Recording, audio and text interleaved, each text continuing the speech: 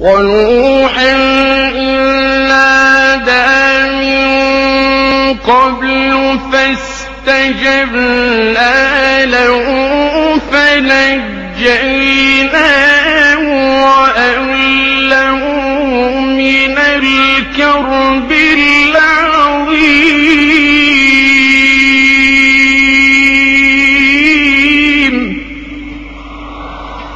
ونصرناه من القوم الذين كذبوا بآياتنا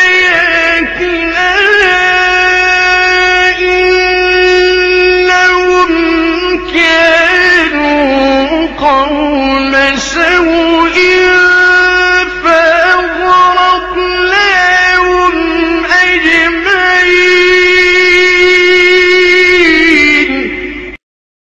أنا بنفسي أتكلم عن نفسي أقول له ركبت مع مطاوعة، مو أنا ركبت معهم، ركبني واحد شيخ معهم، كنت طالع من مكة القصيم، ويوم ركبت قال لي الشيخ جزاه خير أبو إبراهيم أبو عبد الله، قال اركب معهم، قلت خلني معك، قال لي اركب معهم، ركبت وزقت السيارة عنهم ومشيت لي 50-60 كيلو عن مكة، ولبكت عند محطة فيها ماكينة سكريم، تعرفون سكريم ذا اللي بالماكينة، واشتريت سكريم. يوم ركبت السيارة وصرت ألحس السكريم صاروا كذا يناظرون بي، أنا سخفت الحقيقة، قلت يمكن نقط على السكريم، قالوا أتلحس؟ اي والله يا اخي، قلت له لحس السكريم، قالوا أتلحس؟ هم يتكلمون لغة عربية فصحى، قلت هل في التلحيس بأس؟ قالوا نعم، اتق الله ودع التلحيس فإن هذا خال من المروءة. قلت أخوي أنا شايفني لحس وسط السوق، أنا بالسيارة طريق سفر ما عندي أحد بالسيارة، قال اتق الله لا يجوز هذا، اتق الله ودع التلحيس، وصاروا يلجون علي، قلت اسمعوا أيها القوم هم يتكلمون لغة عربية، لن أترك التلحيس حتى ينتهي السكريم واهجر الله جزاكم خير. والله يا أخوان ما وصلت منطقة حوالي 600 كيلو اسمها الجدية، نشف ريقي، اشتريت فصفص ناظروا بي حب تسمونه، أتأكل الحب؟ اشتريت علك البار غندورة، أنت امرأة تعلك، رجوا مخي، حرموا علي العلك والفصفص والسكريم. ايش العالم ذي؟ هذول الآن مطاوعة، لكن شديدين ولا لينين؟ هاجر نبيل في نوعية مثل كذا، ترى في بعض الشباب الله يهديه يروح لجمعية الإصلاح ولا أحياء التراث ولا أي جمعية خيرية في الكويت ويزيد إيمانه ويتقوى إيمانه، وأبوه ما زال في ضعف إيمان، فأول ما يدخل على أهله يسوي لهم مشاكل. واحد عندنا الله يهديه خلوا الأخوات عند التمثيلية وقاعدين يتفرجون المنسجمين، قال ويلكم يا قوم أتنظرون إلى المنكرات، ويأخذ التلفزيون طق طق طق يكسره. جاء قلب وين التلفزيون والبنات يصيحن، أخونا ذا اللي كسر التلفزيون، ويأخذ العقال ويبدأ شحطه، أحد أحد أحد أحد أحد أحد، الله يجزاك خير، وينك وين بلال بن رباح، والله ما عندك سالفة. الآن هذا سبب حساسية لأبوه ولا ما سبب؟ رد يا إخوان، أبوه يمكن يكره الجماعة يروح معهم، وين رحت؟ قال راح جمعية إصلاح، الله لا يوفقها الجمعية. ليش؟ لأن الولد ما أتى بالطريق السوي الصحيح، وإلا ترى غالبا الناس غالبا فيهم فطرة، قد يكون فيهم شواذ أمثال فرعون عندما شط على موسى وأنكر وأنكر، وإلا الأصل إذا جيت للناس باللين أنا أحلف بالله أن 80 إلى 85% يقبلون. أرى تأثير على شباب وشابات الأمة مثل الإعلام. الإعلام هو الذي وضع بصماته في كثير من الشباب، هو اللي صور قضية الشاب أنه علاقته بوحدة خلاص تكمل حياته، إذا حب واحدة الشاب الآن هذا باعتقاده أنك ملك حياته. قلت لواحد شاب زام علي قبل كم يوم، أنا أحب واحدة ويا شيخ ما أنا وحالتي حالة، والله يا شيخ إني حالتي حالة، صدق يا شيخ إني أكلمك وإني أتخيلك هي. قلت عيب عليك يا أخي، رجال رجال تخيلني ما تستحي على وجهك. قال اعذرني يا شيخ والله إني أتخيلك إنها هي. قلت عيب يا أخوي تأدب معي. فكلمت شوي وخليته وجهت بعض التوجيهات، والله العظيم زام علي، أمي تشهد كانت معي الله يمتع بها، زام علي قال الله يا شيخ الله يشرح صدرك ينشرح صدرك، ولا منولي بنته. أخي من قال لك الحب حرام؟ لكن اترك حب قلة الحياة، اللي على ما قال الشيخ أي واحدة في السوق يحبها وخلاص. شو الكلام ده؟ إذا جت مرحلة وتخرجت من فترة الدراسة الحمد لله أهلك بيزوجونك مو مقصرين، صح ولا يا شيخ نبيل؟ ما هو أصل لسه له عمارات وأطيان، لأن فخسفنا به وبداره بأصوله. ده الكاش لما يجي 40 واحد يشيلوا المفاتيح، مش الخزن، يشيلوا المفاتيح تبقى تقيلة عليهم، لا تنوء بالعصبة أولي القوة، مش ال40 التعبانين. طب تيجوا نحسبها، الشوال ياخد كم مفتاح؟ قول مفاتيح زمان، انسى مفاتيح دلوقتي، مفاتيح زمان اللي قد كده، ياخد مثلا 500 مفتاح عشان يبقى تقيل على واحد قوي. 500 مفتاح في 40 يبقى عدد الخزن قد ايه؟ 20,000 خزنة. يعني لو جبنا أغنياء العالم دلوقتي، مين أغنى أغنياء العالم وسيلنا فلوسه قلنا له حولها الكاش، يطلع قارون أكتر. يعني بيل جيتس ولا قارون؟ مش عارف. بس ده إيه ده؟ بس الكاش بتاعه لسه العمارات ولسه الأطيان ولسه. ربنا بيوصف لك غنى ما استحملش بقى. مش عايز تبقى زيه؟ نفسك يا ريت ابقى زيه يا ريت. طب لو انت مستور، يا مستورين احمدوا ربنا. ولو بسط الله الرزق لعباده لبغوا في الارض بغير الحق. لو مستور، واوعى يا اولاد لو ابوك مستور تبقى متضايق منه. واوعى يا ستات، عندنا طموح وعايزين نتحسن طبعا، بس واحنا عندنا طموح محافظين على 3 حاجات: ايمان شديد، اعبدوا ربنا. 2 احنا تربيتنا اصل طيب الحمد لله. 3 مين هيعيننا؟ مين هيقول لنا انتوا اتغيرتوا ويمسك على ايدينا ونقول له حاضر؟ طيب هو وصل للكنوز. وبعدين خلي بالك، واتيناه من الكنوز ده مش كنز واحد. يعني دلوقتي رجال الاعمال يقول لك ده انا وقعت على كنز توكيل شركه مرسيدس في بلد كذا، ده انا وقعت على كنز توكيل شركه بترول. واتيناه من الكنوز ده عنده كل التوكيلات. يعني احتكار على الاخر.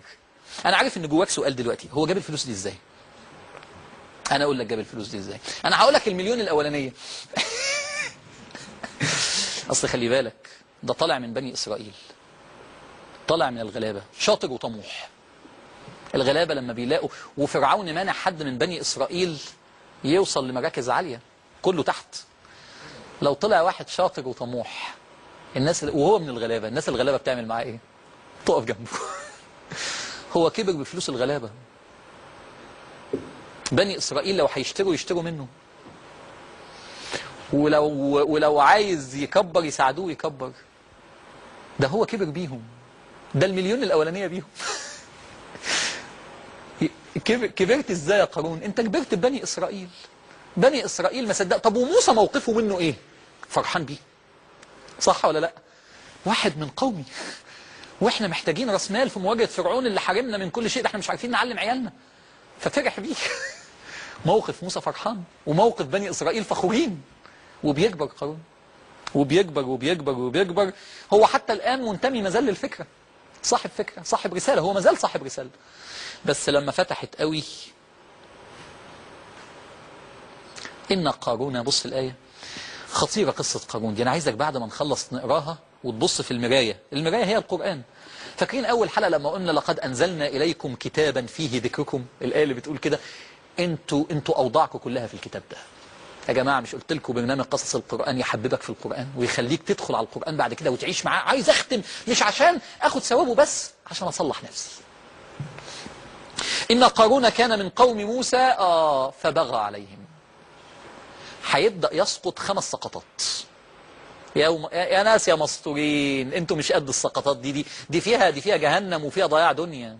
لو مستور احمد ربك، اشتغل بس احمد ربك. السقطات. السقطة الأولى بغى عليهم. يعني ايه؟ عمل ايه؟ بدأ يحتكر. أول البغي احتكار. بدأ يحتكر السلع، احتكر، بدأ يضاعف الأسعار ويعلي السعر. بغى عليهم ويوجد تبريرات. اصل انتوا مش عارفين، ده انا اصل السوق بقى صعب جدا، ده انا بخسر، ده انا قدام اللي انتوا بتاخدوه دون بقى مش، ما هي الدنيا كده وده الكلام اللي بيتقال. ده انا باسعار وبالتضخم اللي حصل، ده انا كده مقلل لكم الاسعار. انتوا مش اصل انتوا ما بتفهموش في الاقتصاد. إن قارون كان من قوم موسى فبغى عليهم. ومن هنا الثورة بدأت تتضاعف أضعاف مضاعفة، احتكار. فبتضرب الأموال، بتضرب غير عادي. وبعدين خلي بالك، بغى عليهم غير ظلمهم، بغى عليهم أسوأ من ظلمهم. البغي التلذذ بالظلم. ده بنت ده عنده عقدة نقص. ده تنكر لأهله. ده أول ما بغى مش بغى على غيرهم. ده أول ما بغى عليهم. أنت نسيت ناسك؟ أخبار أصحاب الماضي إيه؟ أنت اتغيرت؟ فاكر أهل الحتة؟ فاكر الناس الصحاب بتوع زمان لما كنت بسيط قبل ما تبقى بتمضي وصاحب شركة كذا أو مدير في شركة كذا؟ اسأل عليهم الليلة دي، اسأل عليهم وخليهم يشوفوك عشان يقولوا لك أنت اتغيرت ولا لا. فبغى عليهم هم، وبيتلذذ بالبغي. وعلى فكرة كلمة بغى يعني تلذذ بالبغي، منها جت كلمة بغاء اللي هو التلذذ القبيح الحرام. تلذذ الحرام بالمرأة سمي منه كلمة بغاء. فبغى عليهم، يعني ايه بقى بيتلذذ بذلهم. ازاي؟ واحد مش لاقي ياكل يضحك عليه، واحد يطلب منه دين يديله ويقف عليه وهي ملاليم بالنسبة له عشان يذله، وبعدين يقول له طب تعالى اشتغل عندي عبد، ويجي ويمرمطه بديني. ادي اول سقطة. بدأت بني اسرائيل تشك في تصرفاته، بدأ موسى يرقب، بس هو ما زال يحمل وجه ولما تسأله طب انت ليه بتبغي عليهم، يقول لك لا انتوا مش عارفين، اصل الفقير ابن الذين ده مش محترم مش مؤدب، فانا بربيه علشان ده من قوم موسى، فلازم يبقى شكلنا كويس، فانا بعلمه الادب علشان بعد كده اصل ده حرامي، التاني ده حرامي، وما ينفعش يبقى في وسطينا واحد حرامي، فانا في تبريرات وفي مبررات. بني اسرائيل لسه ما زالوا بيأملوا، ما زال عندهم طموح، فبدأ يظهر السقوط الثاني. ايه السقوط الثاني؟ العجب والكبر. عالي قوي، بيه عظيم انا، وبيقص لهم بقرف انتوا المتخلفين، وموسى ده اللي مضيعكم يا نهار ابيض، ده زاويه الانحراف بسرعه كده. فلوس يا مستورين احمدوا ربنا، ويا اغنياء يا ترى انتوا بقيتوا كده. الكبر. انا رايي احسن رايي، ما حدش يتكلم وانا بقول رايي، لان طالما انا غني يبقى اكيد ارائي صح، لان انا شاطر بعرف ازاي اجيب الفلوس، وبالتالي فانتوا كلكم تسكتوا لان ارائي هي الصح وارائكم هي الغلط. ارائكم اكيد غلط. الكبر جبتها منين؟ اذ قال له قومه لا تفرح. تفرح في القرآن مش معناها الفرحة، معناها الكبر. إن الله لا يحب الفرحين. يا متكبرين بعد ما ربنا فتح عليكم، بعد ويمشي يلبس البدلة ويمشي يسلم وهو ماشي في الكوريدور بتاع الشركة كده، عشان هبتي كمدير لازم يتحافظ عليها. هل انت بتتغير؟ هل حصل فيك كده؟ خلي بالكم عشان كده، عشان الكبر اللي فيه، فخسفنا به وبداره الأرض. ليه يعني؟ ما هو الجزاء من صنف العمل. مش هو تكبر فوق الأرض، طب انزل تحت الأرض. لا إله إلا الله. وعلى فكرة بقى، كل متكبر في الدنيا دي بيتخسف بيه. هتقول لي ايه بيتخسف بيه؟ ما نعرفش حد نزل. لا، بيتخسف بيه في الدنيا، بتتخسف منزلته، بتتخسف قيمته قدام الناس. مش اتكبرت؟ طب هنردك لقيمتك. مش اتكبرت؟ طب هتهان قدام موظفينك. مش تكبرت؟ طب هتهان قدام عيالك. اوعى الخسف، اوعى يا جماعه التكبر. ده تاني سقطه ليه. اول سقطه بغى عليهم، تاني سقطه تكبر عليهم. هل انت متكبر بعد ما ربنا فتح عليك؟ ما انا بقول لك بقى راجع قيمك ومبادئك، ما انا عمال اديك السقطات بتاعته واقول لك واقول له انت فين، خسرت ايه في دول؟ هل انت اتغيرت؟ فاكر التواضع بتاع زمان؟ فاكر لما كنت بسيط؟ ايه يعني في الكليه لو حد قال لك كلمه مش كويسه معلش بتعديها لانك غلبان خفيف. دلوقتي يستجري حد يكلمك نص كلمه، تستجري مراتك. ده انت اول ما اتجوزتها كنت طيب، لما كنتوا غلابه مع بعض شقيانين مع بعض، تقدر تفتح بقها دلوقتي؟ تقدر؟ انت معاك فلوس كتير بتصرف دلوقتي وهي اللي غلبانه. شايف؟ بدأ الكبر بقى، فخسفنا به. خلي بالك الجزاء، اوعى الخسف، اوعى الخسف. ولذلك يعني اتخسف بقيمته. عشان كده الامام الشافعي له كلمه جميله جدا، يقول لك لا ترفع سعرك فيردك الله الى قيمتك. خطير الشافعي. يعني دي كلمه ما يقولهاش الا واحد خبير بالدنيا. لا ترفع سعرك. يا جماعه لا يدخل الجنه من كان في قلبه مثقال ذره من كبر. ان الله، النبي يقول ان الله اوحى الي ان تواضعوا حتى لا يفخر بعضكم على بعض ولا يسخر بعضكم من بعض. يقول الله في الحديث القدسي من تواضع لي هكذا، وجعل النبي يخفض باطن يده إلى الأرض. من تواضع لي هكذا رفعته هكذا، وجعل النبي يرفع باطن يده إلى السماء. من تواضع لله رفعه. دي تاني سقطة. اوعى تتكبر. ايه السقطة الثالثة؟ تعالوا نسمعها ونكمل بعد الفاصل. بس في واجب هطلبه منك لغاية ما نرجع من الفاصل. ممكن لو سمحت توطي التلفزيون خالص وتقعد كده تسكت مع نفسك وتسأل نفسك أنا اتغيرت ولا لا؟ إنهم كانوا قوم سوء